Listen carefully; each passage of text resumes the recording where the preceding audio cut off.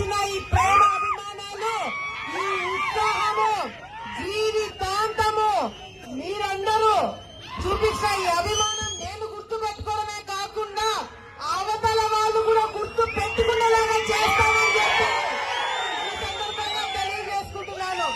ఈ రోజు విజయవాడ నుంచి నేను వస్తుంటే మన ఆలగడ్డ తాలూకాకి ఎంటర్ అయిన వెంటనే పోలీసులు వచ్చినారు. ఏమబ్బా ఇంత జాగ్రత్తగా తీసుకొస్తున్నారు అని చెప్పి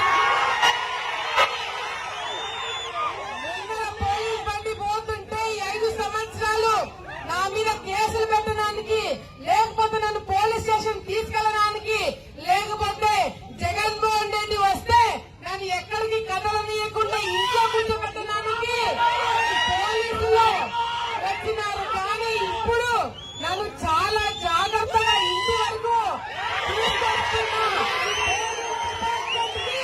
ధన్యవాదాలు తెలియజేసుకుంటున్నాను.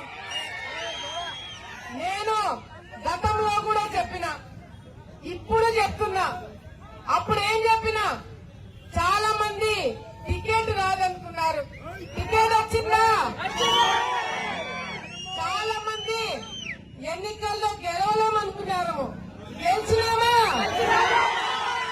మరి ఈ రోజు ఆలగడ్డలో ఎప్పుడు లేని విధంగా మరి ప్రజలు బయటకు వచ్చి, కార్యకర్తలు బయటకు వచ్చి చాలా కసితో ఈ రోజు ఓట్లు వేస్తున్నారు. ఎందుకంత కసి ఉందంటే ప్రతి ఒక్క ఇంట్లో ఒక కేసు, ప్రతి ఒక్క ఇంట్లో ఒక ఇబ్బంది, ప్రతి ఒక్క ఇంట్లో ఈ రోజు బయటికి రానికుండా కేసులు వేశారు. ఈ రోజు పాటలు పెట్టుకొని నా ముందే డాన్స్ చేసే వాళ్ళు ఎవరు తెలుసా? కేసులు పెట్టించుకొని నా కోసం జైలుకి పోయిన వాళ్ళు ఈ రోజు డాన్సులు వేస్తున్నారు. ఈ రోజు నేను చెప్తున్నాను, నా కోసం ముందుకొచ్చి కేసులు వేయించుకున్న వాళ్ళు, నా